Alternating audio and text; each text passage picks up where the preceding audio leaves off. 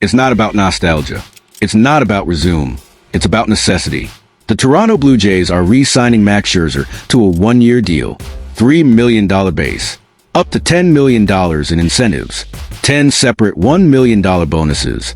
It starts at 65 innings, then one for every 10 innings up to 155. This isn't a contract for a star in his prime. It's a countdown contract. And before anyone calls an emotional move, hold on, because there's a technical layer here that changes everything. Scherzer still has to pass his physical. Manager John Schneider confirmed that should happen soon. The expectation is that he'll join the team this weekend at spring training. In other words, this isn't procedural ink, it's health dependent. And health has defined the second half of his career. In the 2024-25 offseason, he signed for $15.5 million with Toronto. He was coming off a shortened season with the Texas Rangers, just 9 starts, back surgery, then nerve issues in his throwing arm. The arm problem followed him to Toronto. In his Jays debut, 3 innings, thumb pain, nerve-related. Months out, he didn't return to an MLB mound until late June. And here's the number nobody likes to stare at. 5.19 ERA in 85 innings. For the first time in his career, more than 5 earned runs per 9. That's not a minor statistical blip. That's a pattern break for a 3-time Cy Young winner. He allowed more than 2 home runs per 9 innings. 4th highest rate in MLB among pitchers with more than 70 innings. The fastball averaged 93.6 miles per hour, slightly up from 2024. But hitters simply weren't chasing the breaking stuff out of zone like they used to. Dominance turned into situational efficiency. He still struck out 23% of the hitters he faced. Just a 6.4% walk rate. That's solid. League average.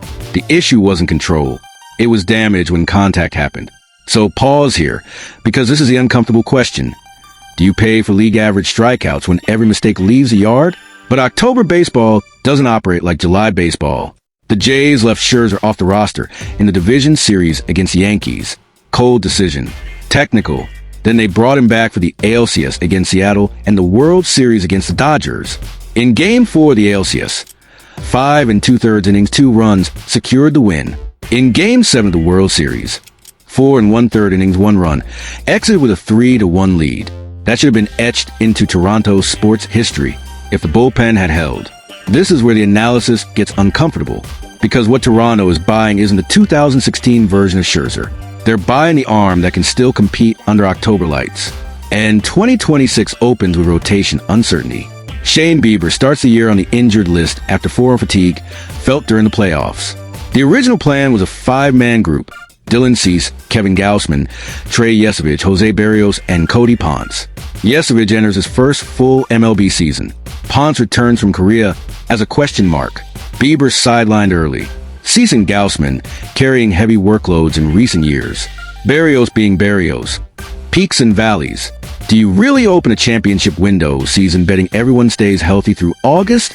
The practical answer was a 6-man rotation. And that's where the Scherzer contract makes mathematical sense.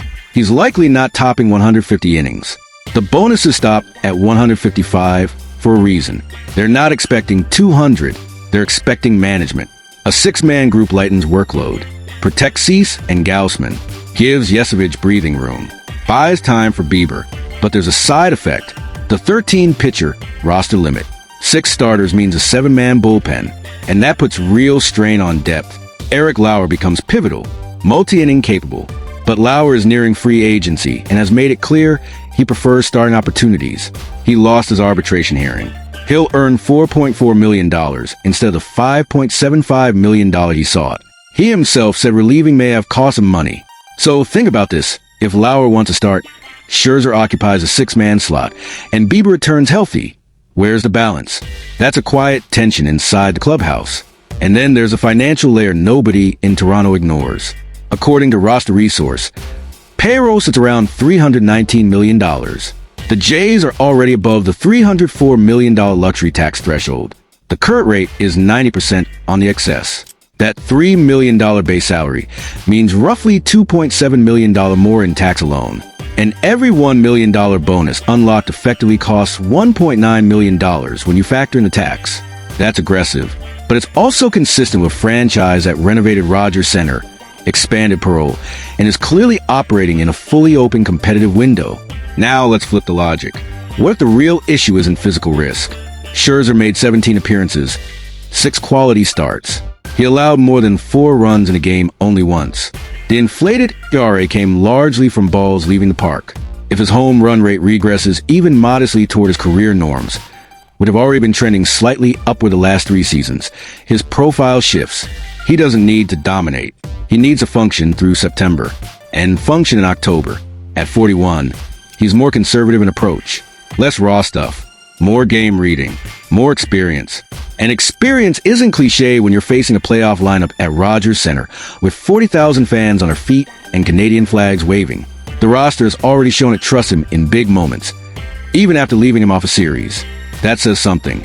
Direct summary, no fluff. The Jays gain depth, workload management, and an arm that's proven he won't shake in October. They lose bullpen flexibility and take on financial and medical risk. Scherzer gains a chance to prove he can still impact a title run. He accepts that every inning will practically be audited by the medical staff. And there's another layer few people discuss. The incentive-based structure creates total alignment. If he's healthy and productive, he earns. If he's not, the team's financial risk is capped at the $3 million base, which inside a $319 million payroll is almost operational cost. This isn't a blind gamble. It's a calibrated one. But let's not romanticize it. He allowed more than 2 home runs per 9 innings. 4th worst rate among pitchers with 70-plus innings. That's not minor. That changes games. And games change seasons. If the ball keeps leaving the yard, resume won't matter. Now, picture September. Tight AL East race. Rotation fatigued. Scherzer sitting at 130 innings. Do you prefer him rested and ready for a Game 2 in October, or pushing 180 innings try be who he was at 32? The contract design answers that. As for the 40-man roster spot, the team can move Anthony Santander to the 60-day injured list once the deal is finalized. Administrative maneuver. Nothing dramatic, but it shows the front office has already engineered the logistics. At the end of the day, this isn't a splashy headline. It's a calculated move. Toronto isn't buying the past. They're buying margin. Margin to protect young arms. Margin to survive April and May without Bieber. Margin to arrive intact in October. The lingering question is simple and uncomfortable. Is it enough? Because the stated goal is to clear the obstacle that stood in October last year. And that obstacle wasn't a weak Game 7 rotation. It was the inability to close. Scherzer doesn't fix the bullpen. He doesn't fix the home run issue if the trend continues. He doesn't fix Lauer's arbitration loss. He fixes one thing: competitive stability across a long calendar. And sometimes that's the difference between 89 wins and 95. Canadian fans understand the weight of that. They know what it feels like to see October slip away on details. They know what it means to live on the edge between hope and frustration. So I want to hear from you. With this incentive-based contract, with payroll already exploding, with a 6-man rotation on the horizon, are you comfortable betting that a 41-year-old arm is part of the answer? Or is this just damage control dressed up as ambition? Comment, debate, because this decision isn't neutral. It echoes into October. And October in Toronto doesn't accept half measures.